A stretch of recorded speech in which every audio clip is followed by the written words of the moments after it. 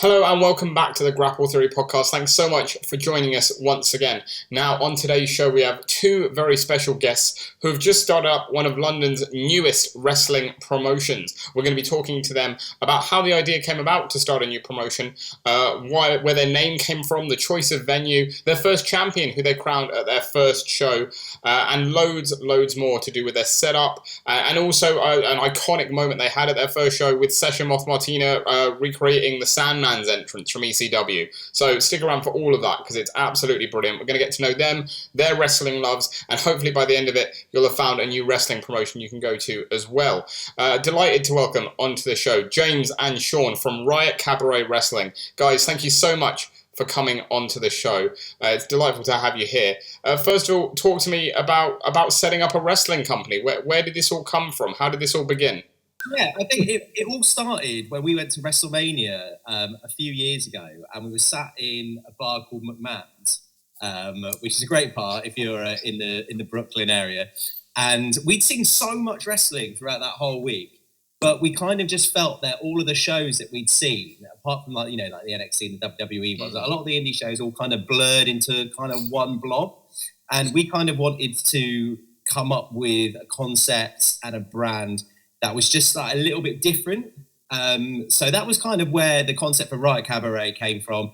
And we were throwing around loads and loads of quite crazy ideas to start with, of what Riot Cabaret could end up being. But to start with, we were like, let's just concentrate on making a good wrestling show first before we start adding the bells and whistles. But yeah, that was where it came from. It was to try and make something that was a little bit different than what was out there. And so when you say WrestleMania, so you say 3 years ago, so that would have been, was it the WrestleMania 3 years ago, or was it before that? That you sort of that first... New York. So yeah. That would have been about 3, wouldn't it? Yeah. It was in 2019, so it was, I'm used to this since they stopped numbering them. I think it was 35. It was where he won the title. Yeah. I mean, to be honest, the last 3 years have just all blurred into one anyway, haven't they? Like, who knows when it is? It could be any year. Very much like those indie shows.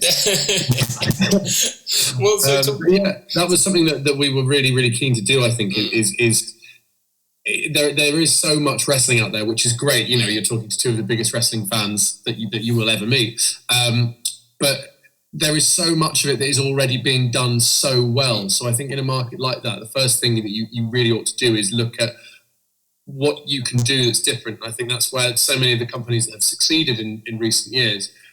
It's because I think quite early on they've done really well, just something that's slightly different to everyone else that's in that same kind of pool with them. So that was our intention with Riot Cabaret, wanting to create an environment that is something that appeals to casual discoverers as well. I mean, that was what was one of the things that was so lovely about our first show, was we actually had so many people who had come along because it looked like a really fun night out. And then suddenly they get why you and me, Sean and James, like, we love wrestling so much, and why we're so evangelical about it. Once they actually get along and they experience it, suddenly they get it, and it's just giving them that nudge over the threshold, and then suddenly they're converts, and it's wonderful. Yeah, and that was one of the key things. It's like we all know, if you're listening to this podcast now, we all know that wrestling is one of the best things ever. Yeah, and when wrestling is good, it is absolutely amazing. And we wanted to make sure that people outside of the wrestling bubble too can also understand why this is one of the greatest things that is going today. So that was another sort of thought with Riot Cabaret, as James said, to try and get some more non-wrestling fans believing why it is as good as we all know it is. Oh, for sure. And that's the thing. Well, we just had literally a couple of days ago, it's going out this week, we recorded it with your new champion, Chuck Mambo. Yeah, and TK Cooper as well, and they said that they were in a bar after the show, and like talking to someone who was at the show who like hadn't watched wrestling since like Mania 18 or something, and like just came along on a whim and was like, "Oh my god, that was incredible." That is amazing. So like that's the sort of thing. And he said as well, he was like, oh, like, you know, because obviously, you know, as wrestlers they recognise a lot of the crowd that are regulars, and he was like, oh, there's probably like 30% I recognise as regulars, and the other 70% was like just casuals, like you just come in just to see what it's like. That was a lot of the feedback that we had from the talent, was that they were looking around and they couldn't recognise everybody, where usually there's kind of a loyal crew who were going around the country, and it was great that some of them also took a chance with us as well, because I remember seeing some familiar faces that I'd seen from Progress during back in the day, and I was like, yes, those guys are here as well. That was amazing. Well, that's something I was going to ask, because I was going to ask, you mentioned Mania, and that's where sort of like the brainchild for Riot Cabaret came from, but like, how familiar were you with like the British indie scene at that point? Were you quite into that as well? Yeah. So to be honest, it was, I had, let's say, like a bit of a sabbatical from my wrestling fandom, from kind of, I don't know, probably about 2012 onwards, up to 2012 rather, for a good sort of, probably about 2008, 2009, I kind of fell out with it for about 4 or 5 years. I was probably about the same in terms of era, yeah. Like around 2007, 2008 is when I stopped, and then 2012, 2013 is when I got back into it. Exactly. So you and me have the same brain gap when it comes to trivia. It was actually the British indie scene that kind of pulled me back in, and in Progress in particular was a big part of that. That was the sort of the show that was local to me that I used to go to all the time. Because I'm an avid gig goer as well. I think this kind of circles back to what we were talking about earlier on in terms of making your company different, because Progress was anchored in that kind of music and like live gig sensibility, you know, the venues they were running and the kind of the aesthetic of the whole thing, that really spoke to my sensibilities as a live music fan. So I was just like, oh my goodness me, I've found the kind of wrestling that I, you know, had always hoped to be able to visit. And so that's kind of what we're hoping to create here with Riot Cabaret for, you know, people who like to go to those more experiential nights out and those more unusual experiences, shall we say, in London. Yeah. I think Progress as well, I think, because I used to go to Progress religiously for around 2014, so probably about 2016, 17. And the thing, I mean, obviously, like the wrestling was amazing, the talent that they had there was unbelievable. But the thing which I think, the real reason why we kept going back is that because me and my mate used to go, we knew we'd just be having a really great Sunday. You'd get there, there'd be a great atmosphere, there'd be good people there, loads of delicious lager beers. The music would be playing and the matches would be great. So as like you kind of just knew that you were going to go there and you were just going to be guaranteed a really nice time.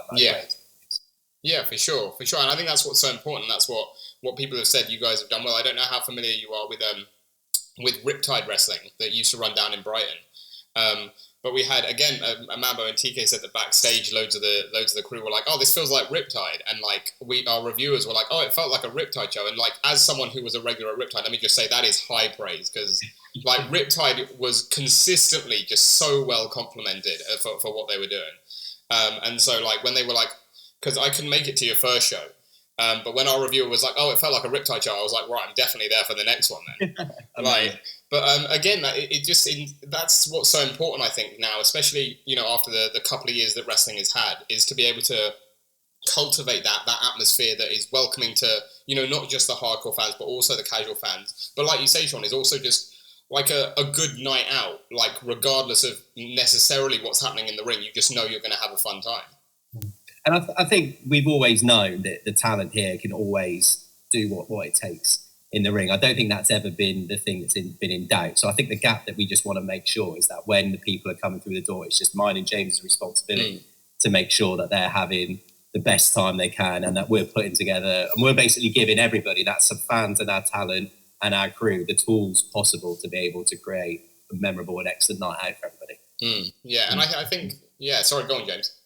No, I was just going to say exactly that. And I mean, when I cut my sort of pre-show promo on the opening show, I hadn't thought through exactly what I was going to say in great detail, because to be honest, the adrenaline was kind of a raging torrent at that point.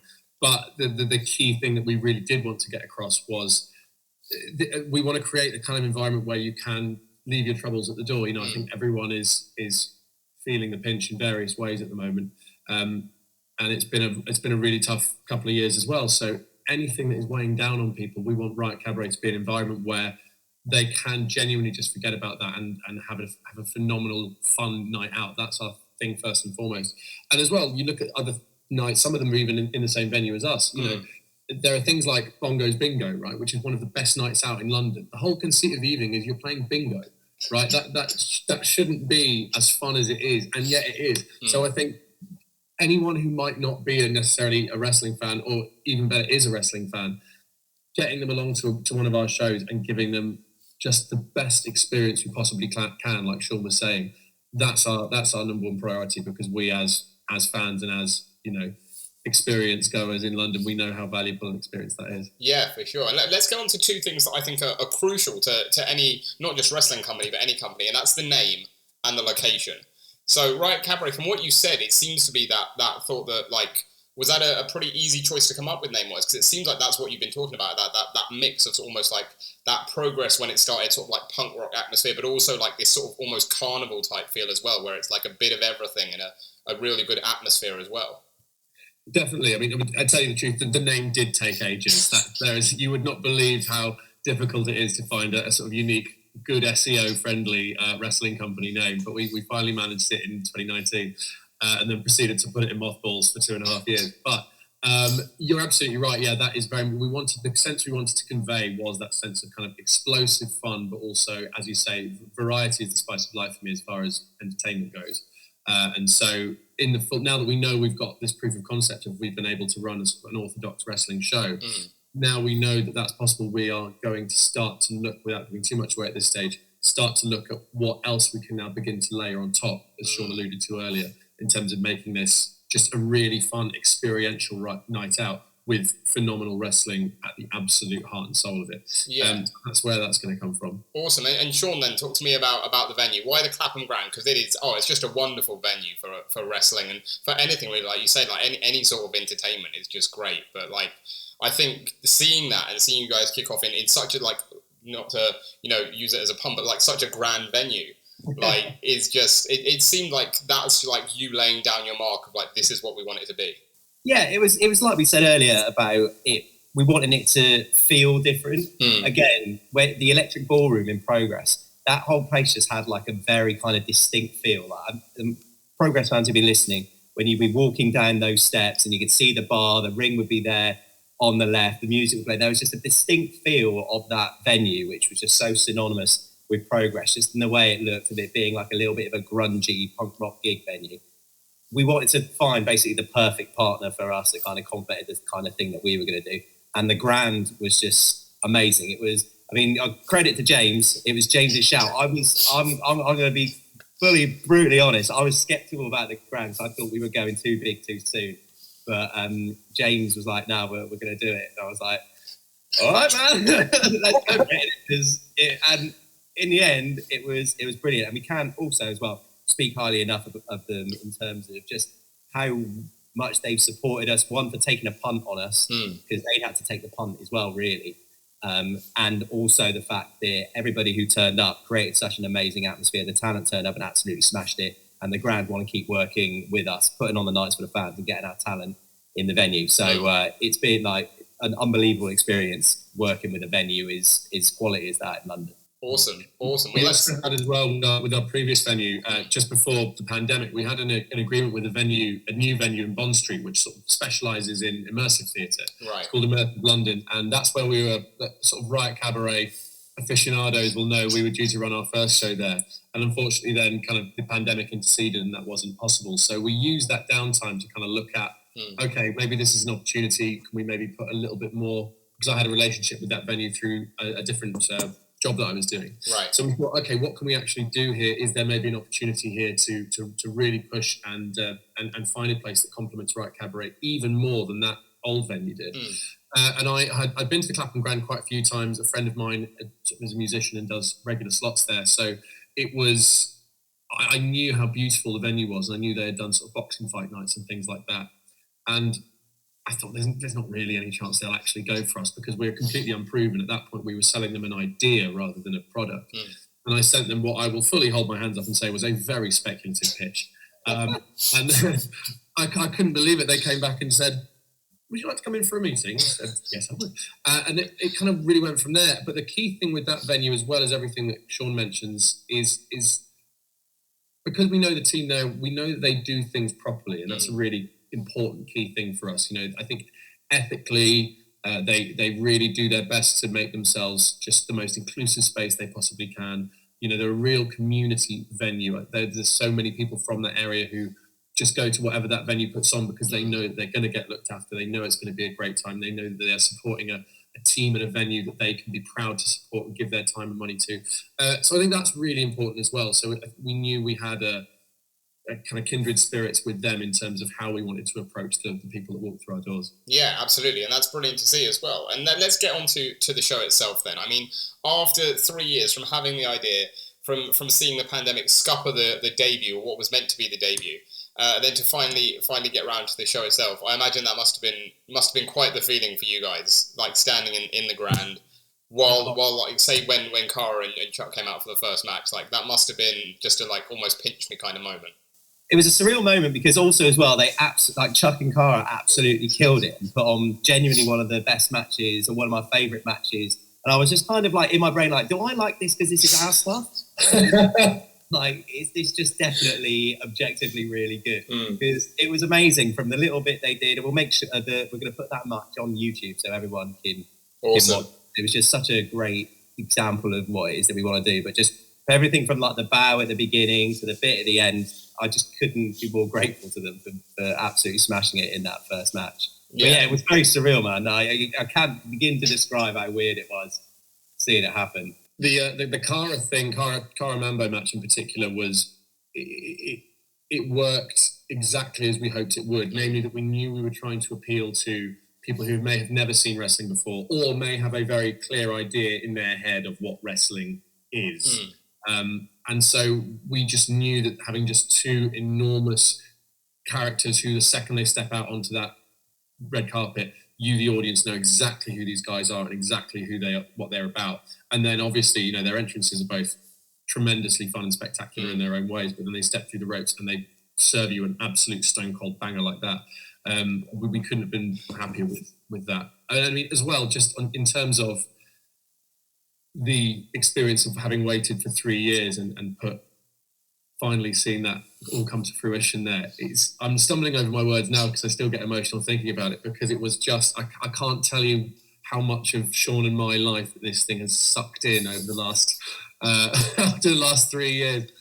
So when a show exists in your head and you visualize it, you can see it, and you know exactly what you want to do to make it the best thing you possibly can. When that all actually comes together and you see it physically in front of you, you know, you can reach out, you can touch the ring ropes, you can hear the crowd, you can see the whites of their eyes. It's an experience that I could live for 1,000 years, and I will never ever forget it.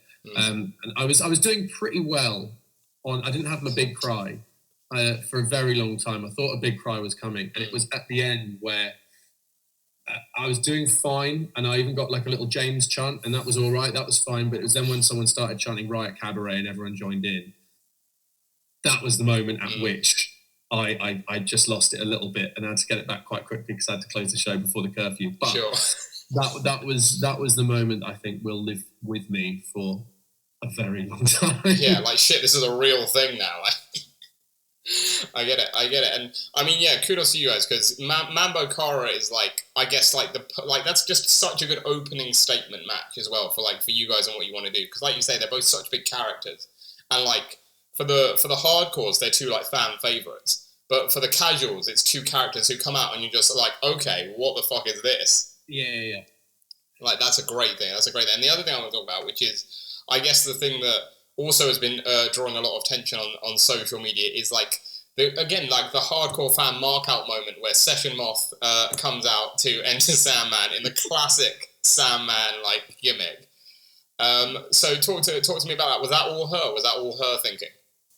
So when we were sitting and thinking, we knew we had 4 absolutely classic wrestling matches in the first half. And again, when we were just thinking of like, what can we do for our sort of more casual fans who are going to be enjoying wrestling for the first time?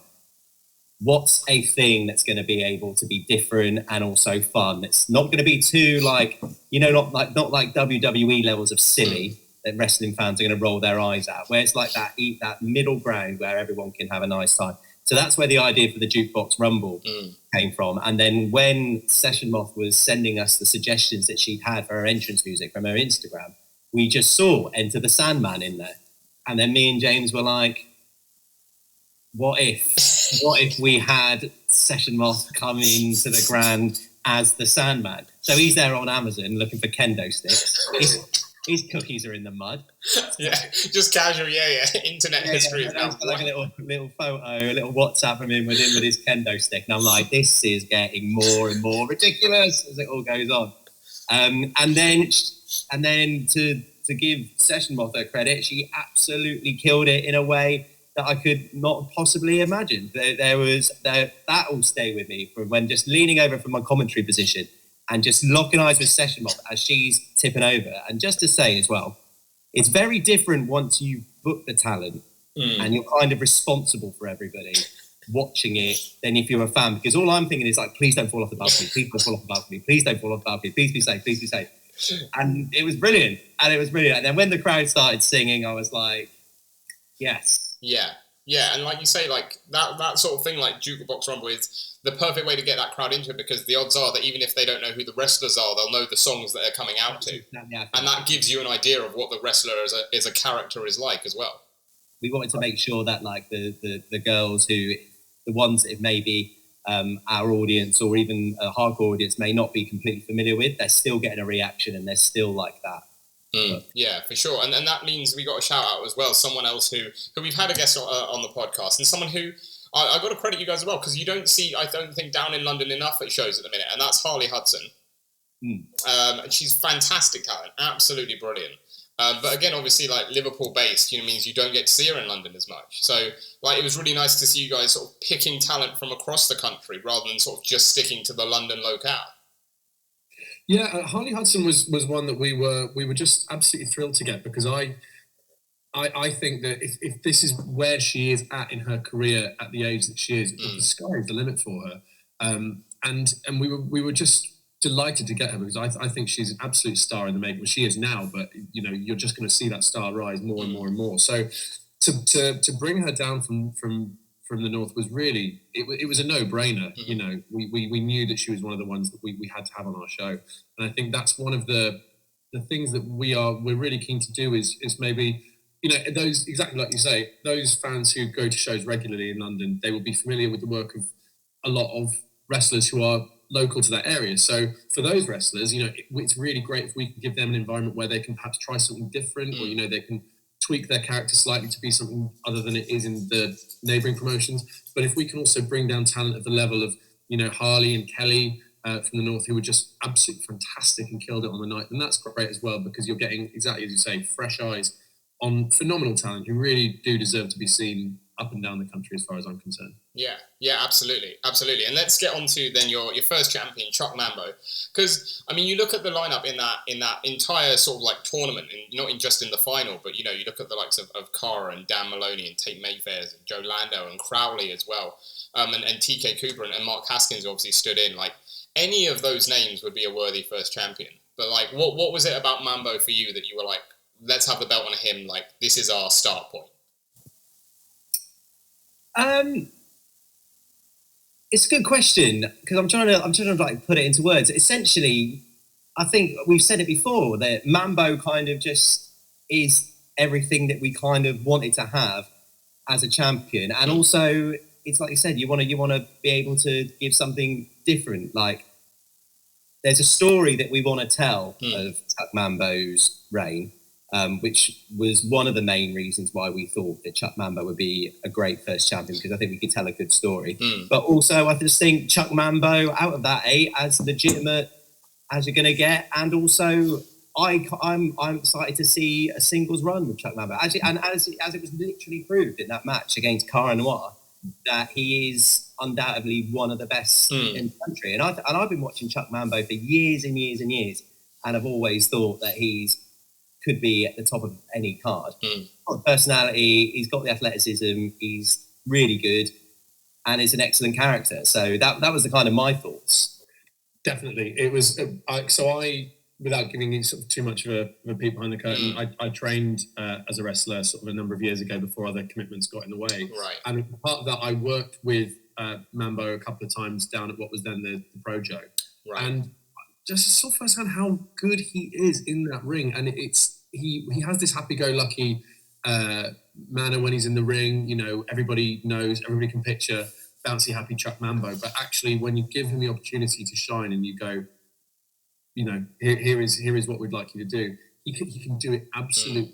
You can do absolutely everything. So Mambo for us was one of those people who we were just so excited, and TK as well. I think that the two of them, they're rightly getting their plaudits with everything they're achieving with Sunshine Machine. But I think they are both phenomenal talents as well, who are capable of. Genuinely, I think we haven't seen yet the full extent of what they're capable of in terms of singles competition yet. They've got so much that they can still offer us, which is amazing when you consider what they have already achieved. Yeah. The skill and the talent that they have still got to give, I think, is quite frightening, personally. Oh, totally. And it's like you sort of hit the nail on the head with it, because, again, speaking to them, they were like, you know, they're happy to have the sort of like fun, crazy, like goofy matches, but like the fact is they can have those matches and also put on like a 5-star clinic as well. And like it's so rare to find like not just a duo, but like two singles wrestlers as well who can do both at each end of the spectrum and everything in between. Yeah, I think that's the great thing as well. Like with I saw a tweet today whose provenance currently escapes me, but it was basically, you know, if you look at the top wrestlers just throughout history as well, be it on the indies or in the larger companies, they can do it all. They can have those incredible matches in the ring. They've got great characters. They've got usually impeccable comic timing as well. Like that's I think a sorely overlooked thing a lot of the time in you know, deciding who your top guy is going to be. You know, top women as well, is like they need to be able to make people laugh, make people cry. And so I think Chuck Mambo is one of the many, as you say, wrestlers who ticked all of those boxes for us. But we just wanted to give, again, people something that they perhaps hadn't seen for a little while, or seen something different. Yeah, absolutely, and that's always great. So let's talk about, like, I guess the show overall itself, because there are a couple of things, like you mentioned, in terms of storyline. I think that there are a few, you know, not just new companies. There are a few new companies sprouting up, you know, this year since the pandemic came back, but also a few old companies that I know that I've been to that I'd say are probably guilty of maybe putting on too many exhibition matches where there's not enough underlying story going throughout the card. And for you guys, without giving too much away, if people want to check out the first show, but like, you know, like you say with Mambo wanting to have a story with him going forward, and also with the stuff that happened in that match with Cara at the end, and also with Murdoch as well. Like, it seems like you guys are putting that focus, and also about having a title in your first show as well, like proving that statement. It seems like you guys are about, like, you know, making sure that there are storylines running through everything, rather than it just being a series of matches just for the sake of having good matches.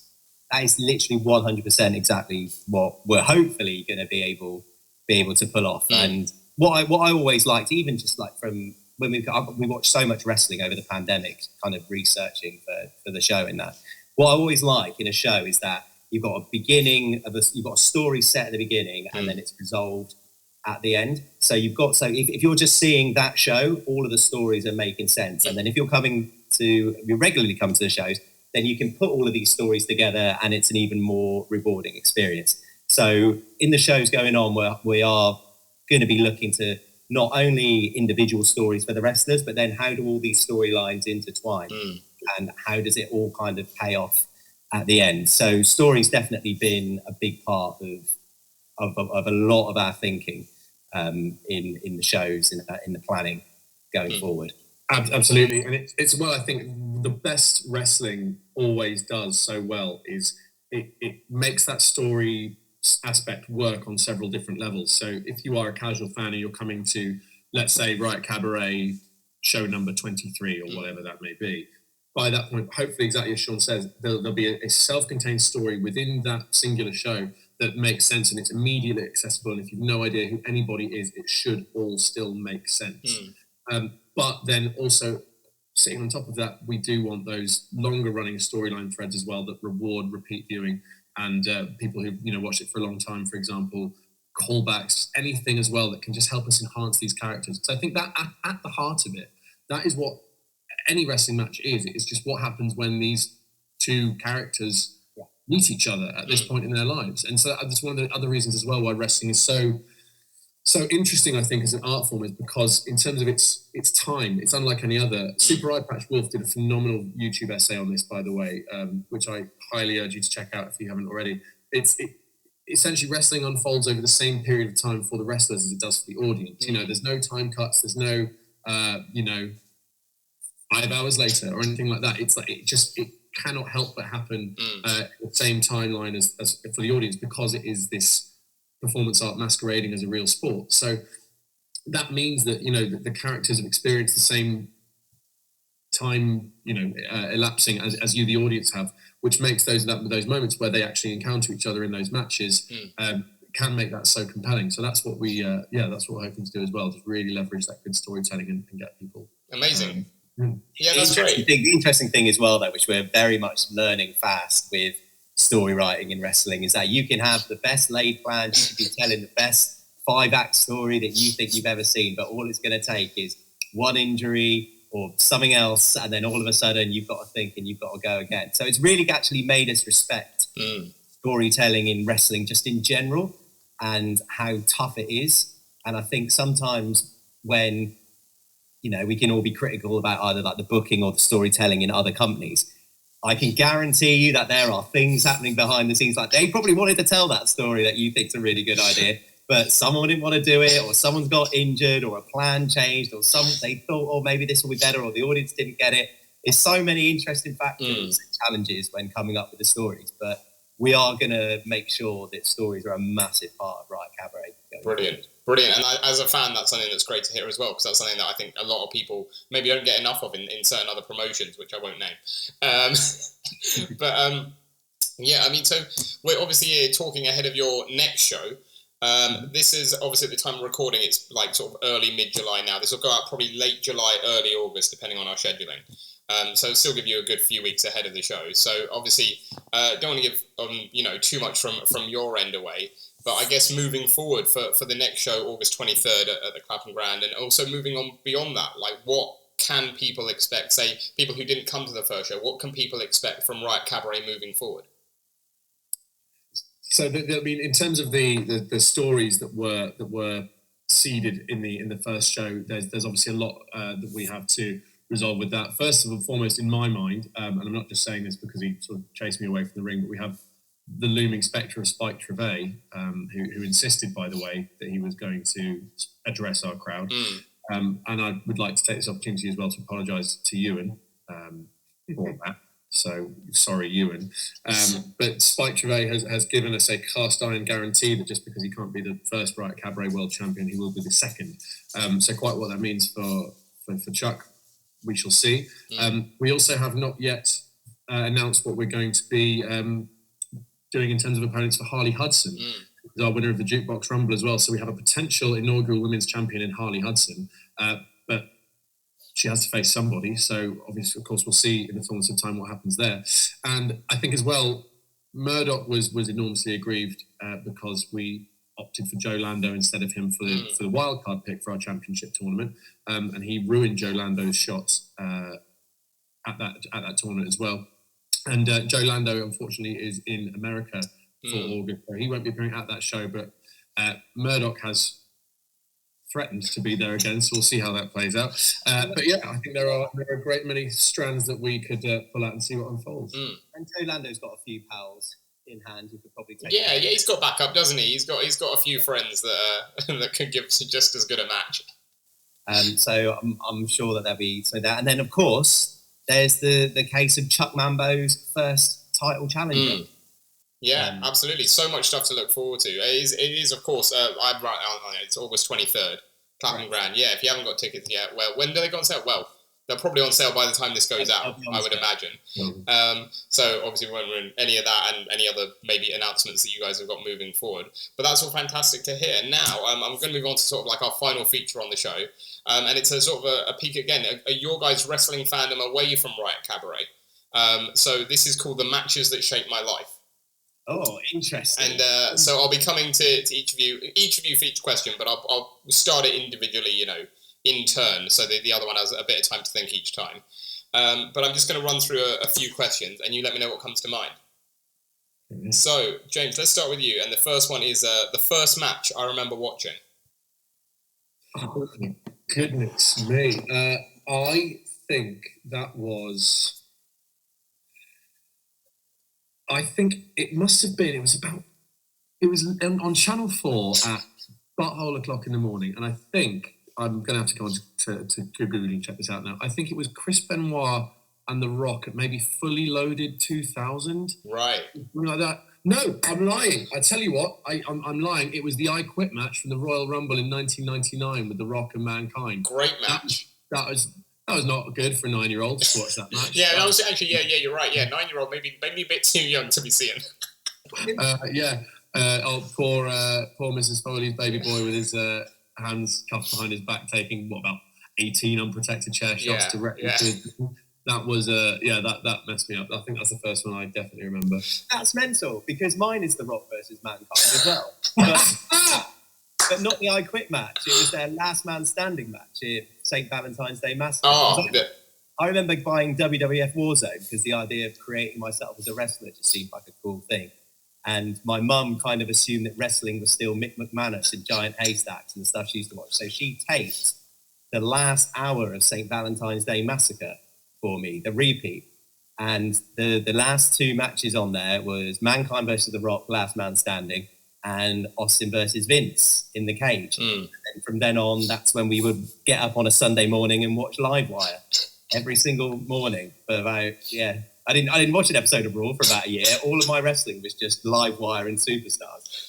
Amazing, brilliant. Well, we'll start with Sean for the next one, because again, it might be the same match, but it could be a different match based on, especially if I'm honest, James, I hope it's a different match for you. But it's the match that made me love wrestling, the match that made me a wrestling fan, essentially. Oh man, it is probably almost certainly the same match, I'd have thought. I think in terms of just to change the question slightly, I think the thing that really made me a massive wrestling fan when I was older, I think just the whole show of Progress, very, very breaky, bishy.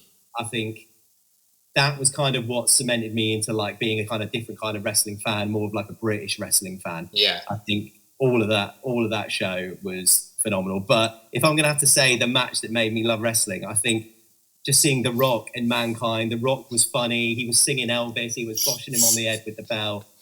I think I was hooked from that moment then. Yeah, no, Sean, that's a fair point. I might change the question to like the moment that made me love wrestling rather than match, because it could be the same. But like you say, like that sort of thing, I think was just as valid. The Rock singing Elvis in St. Valentine's Day Massacre. There's the moment. That's the exact moment. Go on, James. What about yourself? I'm sure I loved wrestling before this, because it was definitely, it was SmackDown on Saturday mornings on Sky One after you come home from football practice. That was the thing. But the moment from around that time that I really remember just kind of crystallizing it for me, and just I knew that this was something that was just going to be in my blood forever, was, I think, Shane McMahon jumping off the set on, I believe it was Backlash 2001, onto the Big Show. I seem to remember Test was holding him up on a beam or something, and I just remember, like, as a 10-year-old, just like watching that jump, and you're just going like, holy shit, that's a person. Like, it could not. My 10-year-old brain could not even compute any way. My 32-year-old brain still can't compute any way that you could possibly make that safe. Yeah. It was just, it blew me away. Yeah. So that was, I think, a real formative experience where I just knew, I was like, this is gonna be a bit of me forever. No, I get that, and that really touches me on the fact that, like, that's the thing when people say wrestling's fake. I'm like, no, there's a difference between fake and scripted. Like, just because I write that you're going to jump off the top of this like massive structure doesn't mean that you're going to do it, and it doesn't mean you're going to do it safely. Yeah, there's when I was setting up Riot Cabaret to a lot of my friends who I was kind of pitching it to and trying to invite to the show, and they were going, "Oh yeah, is it fake?" And my answer would always just be like, either I would try and kayfabe them, or if I knew they were, no, they weren't going to go for that, I would say the outcomes are predetermined.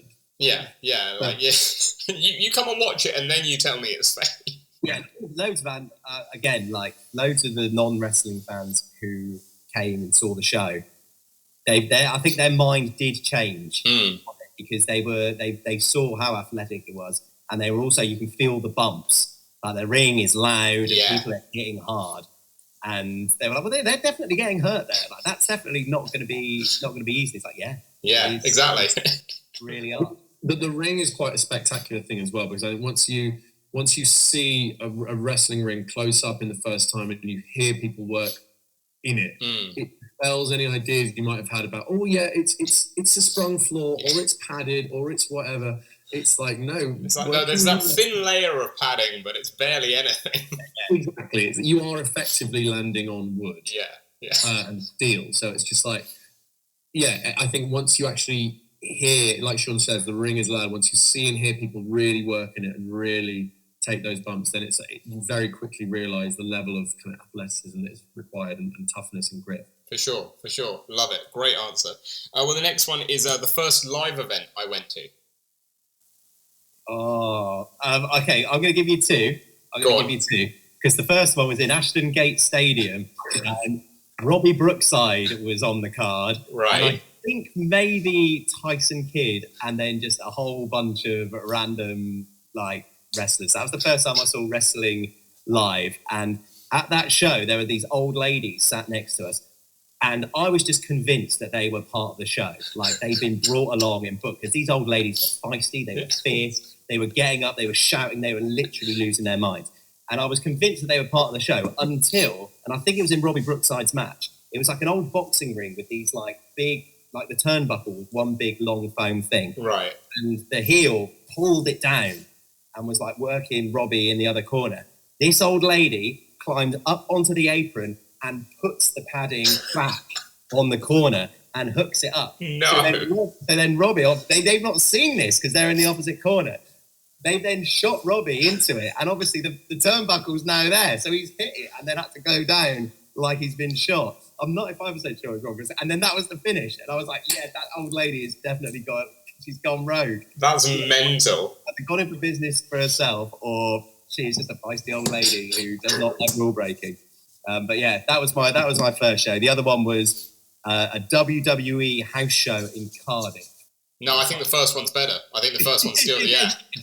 I don't think anything tops that. Go on, James. What about yourself? So my first one was back in those glory days. I think this must have been around 2002 now. It was back in those glory days of kind of the wrestlers doing like the tribute to WWE stuff. Right. Where you had just sort of like, on the poster it was like The Undertaker and Kane and Kurt Angle. So my aunt bought us tickets to it, thinking like, oh wow, WWE's in town. James loves WWE, like we'll take him to watch it. And then, it's like, oh bless you, WWE's not coming to a leisure centre in Portsmouth. Like they're not doing that. And then, Kurt Angle gets on the mic and he's got a northern accent and things like that. So but that's, did I care? Of course I didn't care. I knew it wasn't the real ones, but were they still wrestling? Yes. Were the crowd still loving it? Yes. It was brilliant. Just because it was in a booky little leisure centre in Portsmouth didn't mean it wasn't brilliant. No, it's all you need. And then I think as well, it was a few years since I went to like a big show, and I think I ended up. It was a WWE house show. It was at the O2. And that was really interesting as well, because I think my own exposure to WWE up to that point had been through TV, right. And that was quite interesting because I realised what a different product the house show kind of stuff is to the TV stuff. And I've always preferred, when I have gone to WWE, I've always preferred the house shows. Yeah, it's just there for you, the audience. You're not just sitting through endless commercials or sort of entrances that take 6 minutes or whatever. It is all about the fun and playing to the crowd, and you are the kind of the main focus of the performance. So that was actually a really fun one. And I had no idea how I was there on a first date, weirdly, with honestly, I've never told you this, have I?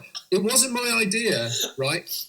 It was. It wasn't your idea. No, so I was already gonna go, and I was talking to this girl, and she was just like, "Oh, do you want to do something on like date X or whatever it was?" And I was like, "Yeah, I'd love to." I'm sort of. I kind of plan to go to this show, so that's probably not going to be interesting to you. So maybe should we look at another date or something like that? And she was just like, "No, I'll come to that. That sounds great." And credit to her, she really humoured me that evening, and then inexplicably stuck around for a long time afterwards. So that remains a bewildering choice on her part. But that was great fun. Brilliant. Love it. All sorts of revelations coming out. I love it. We're learning about each other today. Brilliant. Well, the next one is not about specific shows. It's probably the toughest one on the list. It's my favorite wrestler.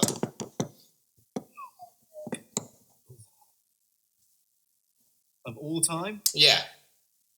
I could say at the moment, but just in case it's someone indie who you want to book, I don't want to see any favoritism there. So. My favourite wrestler? Both in thought, yeah. We'll go with whoever's ready first. I the one that has always had the biggest kind of emotional connection to me, just like throughout my whole life, was always Stone Cold. And I think when I was a kid, he was the one who, when he would lose, I'd be just genuinely, absolutely gutted. Right. And like, you know, the Turner invasion 2001, you know, 11-year-old Jim could not believe what he was seeing. And I would do this thing where I would watch, for some reason the WrestleMania X7 turn didn't quite hit me in the same way. It didn't hit a lot of people in the same way, I don't think. Yeah. Just want the championship, I understand. Don't worry, Stone Cold, I still love you. But then it was the invasion turn that really got me, because we'd had the old Stone Cold. We'd had that return on the Raw the week before, which still to this day, if I need to get like hyped for something, or I just want to give myself goosebumps for whatever reason, I'll just watch that back because it's incredible. But I think, yeah, it was that turn that like absolutely devastated me, and I've had trust issues ever since, to be perfectly honest. But yeah, I think there are so many that I could list here, either on the indies or on the larger scene. But Stone Cold was always the one that he just got me, because I think probably because I was kind of like, I wasn't exactly, you know, I wasn't like the most popular kid at school, like which wrestling fan is. Sure, yeah. But like that, I think that was the great bit about Stone Cold, was it was just like, he was beating up his boss. He didn't care. He didn't need any help. He didn't need anyone else. It was just like, he just nails. And it was just like, it was a nice thing for like, you know, an awkward, gawky kid to aspire to as well. He was just like, oh God, this guy doesn't give a fuck.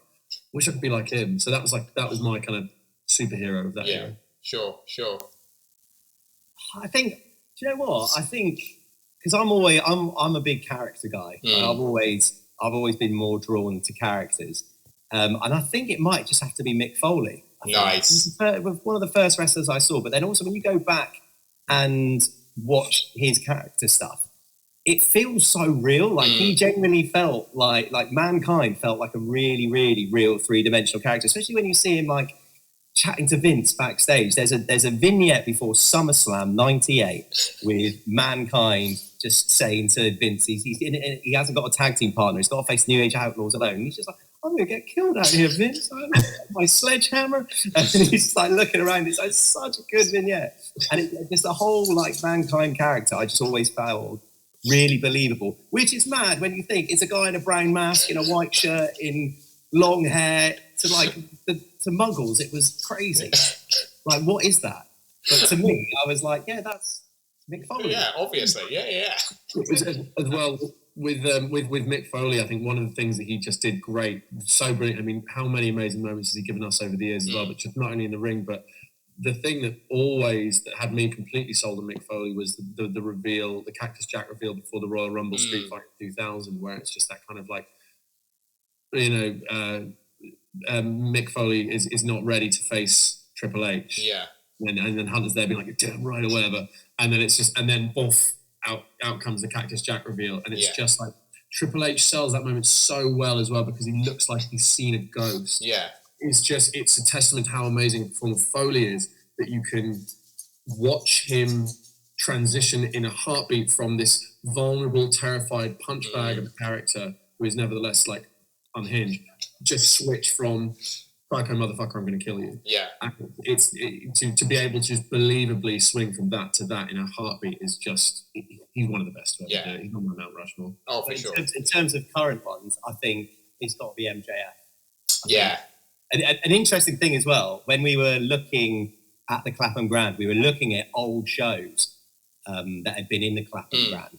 And there was an old IPW versus CZW show from like, I reckon 2017. It was really old. And so I'm like, right, I'm going to get the trial for this. I'm going to watch it so I can kind of get into the aesthetic of it. First person to come out, same music, same gimmick, to crickets, was MJF. Just came out CW champion, and this is when he's just doing like the best stuff. But he just came out stone cold silence in the Clapham Grand, and I was like, that is just so mad. And just the good thing of like, that's where you can be to where you can end up in just 4 or 5 years. So I think. Oh yeah, wouldn't be crickets anymore. Wouldn't be anywhere near. No, absolutely not. So yeah, I think MJF is probably my favourite wrestler at the moment. Yeah. Great picks, some great picks. Well, the next one is actually no, this is a pretty tough one as well. It's the best match I've ever seen. Is this live or? No, let's just say overall. Thank God. It'd be a real get out. This is Chuck Mambo Riot Cabaret grand opening. Go on YouTube and for more action like this, August 23rd. Get your tickets now. The greatest match I've ever seen. It doesn't have to be necessarily the best, because again, this is something we spoke to TK and Mambo about with their Rev Pro and Progress tag belt wins. It's like it doesn't have to be necessarily the best match, technically, just the best match in your mind, your favourite match, essentially.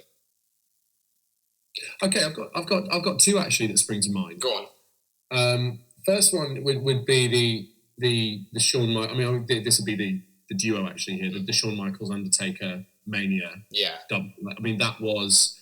I remember that was just when you could sort of stream things. And I was at my dad's house in Bridgend in South Wales, and I was trying to get a stream of Mania. I think I found one that had about 12 pixels to it, and just about managed to watch most of that match before stuff was getting taken down and everything. Even then, even in that just looked like I was watching it underwater intermittent stream, it was utterly captivating. And so that, and then obviously they did it again, it was phenomenal as well. So I don't know if I could pick one between those two matches, but they were amazing. And then the second one would be the first time Goldberg squashed Lesnar.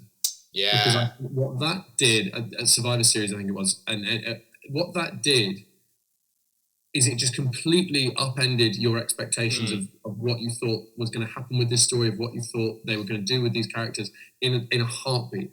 And Paul Heyman has spoken about this at numerous occasions, much more eloquently than I ever will. But the way that suddenly you just reintroduce this legend in Goldberg, and it's a masterclass in selling from Lesnar as well. And Brock Lesnar is such an underrated seller. It's like he will sell like hell for you if you give him something to sell. And so that, I think, was just this incredible thing. I was watching it on my iPad, like in a hotel somewhere, and I was absolutely bouncing off the wall. I could not believe what I had just seen. So in terms of like the spectacle, the amazing stuff, the Michaels Undertaker thing is borderline untouchable in my mind. But in terms of just like raw surprise and then leveraging that for like an emotional fan response, the Lesnar Goldberg thing, I think is a booking move of genius. Yeah, I get you on that one, because I'm not a huge fan of Goldberg or Lesnar, just because I think it's very predictable what their matches are going to be. But you're right, like that match I was watching and I was like, what? Like, what the fuck is happening? This is the thing though, isn't it? Because it's like predictable is just the word, and I think everyone going into that match was like, yeah, but he's got to be Brock though, isn't it? And we sort of had planned out in our heads, what that match was probably going to look like. All right, let's see them service this, and then instead they just completely take us in another direction. And I think when those moments are done well and they're used judiciously, it's absolutely it's so memorable. For sure. What about you, Sean? So the one that springs to mind for me, this was when I was like in year 6 and at my peak of loving wrestling. This match. And I think that in your first year of watching wrestling, especially if you're a kid, then I think everything's a lot more special because you still believe it. And the match that springs to mind is Fully Loaded 99, Austin versus Undertaker in the First Blood match. Right. And that is the earliest I can also remember. I can remember in Assembly the Friday before. It's the earliest I can remember discussing, like, we didn't know it was booking, but we were trying to predict what might happen in Assembly. And I was like, so what I reckon is going to happen is that Earl Hebner's going to get knocked down, and then they'll both be bleeding. So then it'll be a draw. So then and then it's like Sean Thorne stand up. And I'm like, oh. I just had to stand up mid, like, discussing my planned finish for Fully Loaded 99 for talking during Assembly. I'm all sad. But that's a sad memory. But the actual match was amazing. And also, just taking it back to Riot Cabaret, was in that match you had loads of storylines intertwining. You had the X-Pac Undertaker storyline. You had the Vince and Austin, the whole corporate ministry thing, Shane McMahon running out. And then you had Triple H and The Rock, everyone just going in. And one of the things that we want is we want our storylines to be all kind of hitting those crescendos at the end. So I think in terms of like story and also just pure emotional investment, to the point that I'd happily get stood up in assembly for discussing the finish, Austin Undertaker, First Blood. Love it. Well, the next one's along a similar line, but this one I'm going to say is live. It's the biggest pop I've ever heard. Straight away, immediately, I know what it is. Yeah. It was night 2 of the UK Championship tournament at the Albert Hall, where they revealed NXT UK, and it was when Mustache Mountain won the NXT tag titles from Undisputed Era. I lost my mind to an extent that I can't even put into words. And that was just a cacophonous pop, because what was so, and again, just to kind of pop the booking hat back on, what was so genius about that was that show, so that match opened the show on night 2, and what, you and your wrestling fan kind of mind go, oh yeah, we kind of know which way this is going to go. I mean, obviously, they're opening the show with the Undisputed Era, obviously going over because they're hot as hell right now, blah, blah, blah, blah, blah. And then we hadn't seen too much of Mustache Mountain on NXT in the US, so it was just sort of like, yeah, they're not going to put the US straps on them, obviously, because now the American fans are going to know who they are. This is just like a nice little tummy tickle for us Brits over here. And then suddenly Mustache Mountain go over and the place just comes completely unglued. And that was a real lesson there in terms of like, you can just occasionally very sneakily early on in your show set up the expectation in your fans' minds that anything can happen. You think you know where this is going, but you get that warning shot across your bows early doors, and it's like, actually no. Yeah. We've seen where you're probably thinking with this, and we're going somewhere else. That could be so exciting. Yeah, for sure. Sean? Mine's really easy. WrestleMania 28. Sweet chin music into the pedigree on the Undertaker inside Hell in a Cell. 1-2 kick out. Honestly, genuinely, that is the most I've seen an entire group of people go absolutely ballistic. I don't know if you've been to, if anyone's ever been to Mania before, because it's such a long ass day. You end up basically, the people sat around you become your family. Everyone just becomes friends just for the pure sheer amount of time that you spend with them.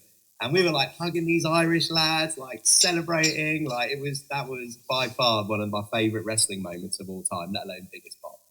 Undertaker kicking out Hell in a Cell. Love it.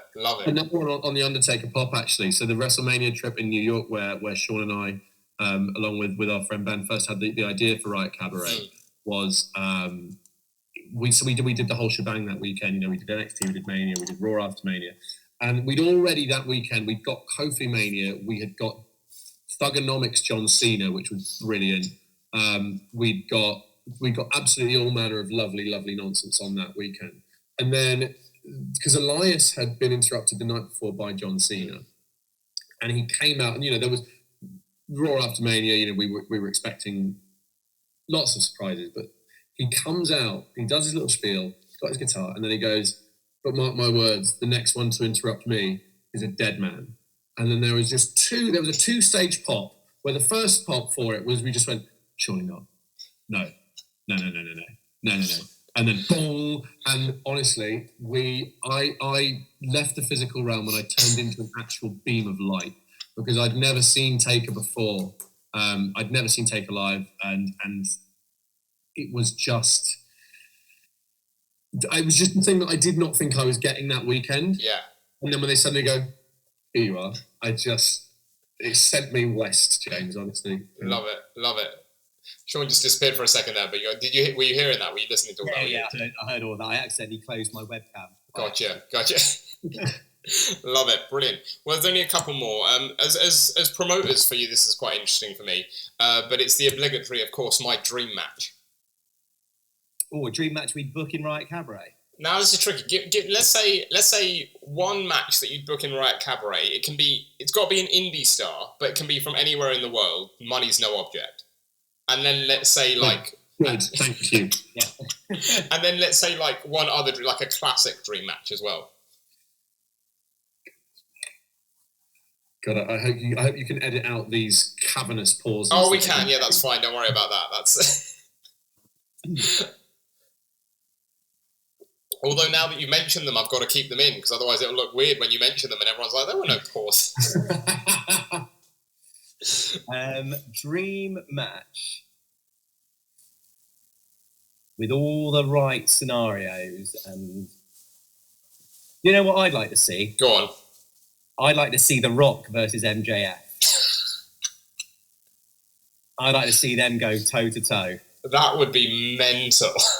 That would be in a thing that interests me the most at the moment.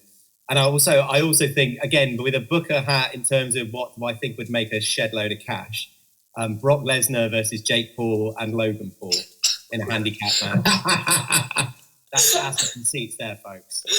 That's more of the hardcore crowd. That's not quite. Actually, no, that's more of the casual crowd. I think to bring in there. Yeah, I think you'd fill a stadium with that. In terms of Riot Cabaret, though, who would we? I'd love to see Cara Noir versus Tyler Bate. I don't know if we'd ever make it happen, but I think that would be an insane match. Yeah, because I don't have any recollection of them crossing paths. I can't think of it, no, because Cara was just sort of, obviously he'd been on the scene for years, but like he was just making his name sort of as British Strong Style was sort of leaving, weren't they? They were at the top of the mountain at that point, and like. So I think Cara Noir versus Tyler Bate would be an insane dream indie match. That'd be a pretty sweet indie match, yeah, for sure. I've got to echo Sean on that. That would be special. I think my kind of dream match in the other vein, I think, would be peak era Shawn Michaels versus Kenny Omega. I think. Yeah. I think Michaels is just a generational performer, and obviously, we all know how good Kenny Omega is, just from watching wrestling right now. So I think just seeing the two of them collide with Shawn at the absolute height of his powers would just be. Yeah, that would be epic, earth-shatteringly good. Yeah. I'd love that. Brilliant. Well, the final one is sort of more of a random. It doesn't have to be a specific match. It can be a moment or something like that. But it's someone comes up to you and asks, "What's wrestling? What's pro wrestling? What would you show them?" Like one video. Yeah, like one video, like on YouTube or something. That's like you've got one clip. Or one match to show someone what wrestling's all about, what would you show them? I've got so many insane ones, like when Big Show shoved Shane McMahon's head into Vince's ass or stuff like that. I know, it was Shawn Michaels, wasn't it? And JR's there, like, and the boy Wonder's got his face buried deep in his daddy's crack. And I'm like, that's pro wrestling, folks. That is wrestling. But what's a... See, just while you're thinking, Sean, I've fallen foul of this so many times when I've watched something that I think is either an amazing match or I think is a hysterically funny moment. When I've gone to one of my non-wrestling fans and go, "Look, bro, I know you don't watch wrestling, but you've got to see this." And they've looked at me like they've watched it and then looked at me like I've just grown two heads. Yeah, like that's still not interesting to me. And I'm like, what? Yeah, I've got to remember how far off my kind of barometer of entertainment is from the rest of the general population. I mean, I just because it's on my mind, I mentioned it before. I think the Stone Cold arrival is from on the Raw before in Vegas. I mean, that will always just be because you can just see what I think. There's something kind of quite empathetic when you watch a building just come completely unglued. Yeah. Or if I had the time to sit someone down who's a casual fan who'd never seen wrestling before, and let's say that the production values still have to look relatively up to date, so they don't go, "Why is it so old?" I would probably show them the full arc of the DIY story. Yes. Maybe like a little brief indie catch up, then starting with the match in the Cruiserweight Classic, through to the Takeover Chicago and beyond. Would just be like, I think that would be the thing where I would go. Do you see why we care now? Yeah. Yeah, that would be my. Love that. I love that. That's a great shout. For an afternoon. No, that's a great shout. I personally, I think just anything. I mean, obviously he's disappeared for a bit now, but anything MJF's been doing, I think is just like anything from like promos to in the ring. I think that is the perfect encapsulation of pro wrestling at the moment, because, like he's said in his own words, he makes you feel stuff. He's saying stuff that you can believe. You whether it's, it could all be him and Tony could just be there smashing back ice cold lager beers, having a nice time for all we know. Or MJF doesn't drink, so he probably won't be doing that. But I think anything that he's doing is pro wrestling in terms of promos, in terms of in-ring work, character. That to me, I think if you could show. He's always the videos that pop around like a sort of semi-casual wrestling fan friends. They're like, this guy seems ace. Yeah, this guy's the boy. Love it. Brilliant. That promo, the last time we saw him was one of those things that I did show to a non-wrestling friend who he heard me watching it on my phone and just went, is that wrestling? And I was like, yeah, and you've got to see it. And he was kind of like, I was showing him, but he didn't quite get it because he was like, yeah, but that's kind of fake though, right? And it's just like, we don't know. And I think that's where wrestling is at its best. That's where it's so exciting, is there exists the world that is presented, there is the product, as it were, but then there is this other layer to it that sort of if you're watching it from the outside, is just kind of tantalizingly out of reach, and there's this whole other world to it that you just can't quite get a handle on. Yeah. And so those moments where wrestling is at its most fascinating, I think, is when those two lines collide a little bit. So, things like the curtain call and then Triple H's promo to JR a couple of years later, and I think it was Sunday Night Heat. It was like, you want me to shoot? I want to fucking shoot that one. And then obviously the pipe bomb is a prime example of it. And we all know about Montreal. And but yeah, I think MJF's promo from a couple of months ago is possibly, who's to say, the latest in a long line of just those fascinating collisions between the world of professional wrestling and the world of professional wrestling. Oh, for sure. And Shane McMahon having his head shoved up into and that as well. Yeah. That moment for me where you say, like, you show someone, you think it's hilarious and no one else gets it, is the Titus O'Neil trip under the ring at the Greatest Rumble. Huh? Who doesn't like that? Well, no, because that's the thing. Is like they're like, why should I care about something? Like I can't remember who I showed it to, but they were like, why should I care about someone falling over? Like it's sort of funny, but like universal slapstick comedy of all time. It's just brilliant. It's just a mental moment. Oh, I tell you what, as well, I do have one other idea. This is perhaps recency bias, but Sami Zayn versus Johnny Knoxville from Mania. Yeah, that was surprisingly good. Great. Just like, if you want to just show people, like, because that was at its essence pure wrestling, whatever Jim Cornette might say, but like it just got it so perfectly, and that was, as a Jackass fan and a wrestling fan, the Venn diagram of my interest in that match was just one circle, and they just got it so kind of perfectly right. And that was one that I did, non-wrestling friends of mine were kind of watching clips of that at work, and they were just going, that looks amazing. What's going on there?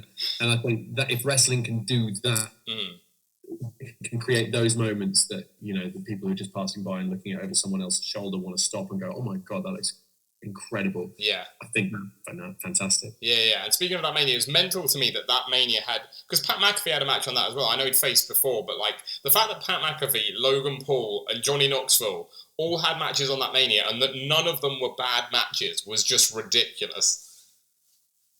Honestly, the bar now is so high for personalities, I suppose. I mean, I know Pat McAfee works there, but personalities coming in to do wrestling matches. I mean, Bad Bunny obviously stole the show when he did it. So I think now we're now moving.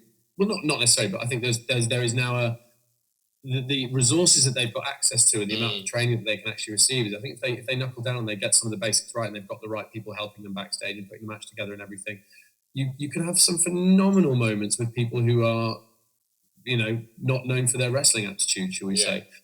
So that was what was, you're absolutely right, really exciting there. There was loads of great stuff on that Mania from people that you just wouldn't have expected it from. Absolutely. Well, James, Sean, thank you so much for coming on the Grapple Theory podcast. It's been a pleasure having you on, talking all things Riot Cabaret and some other really quirky, unusual bits I didn't think we'd get into at all. It's been absolutely brilliant having you on. I hope you've enjoyed it.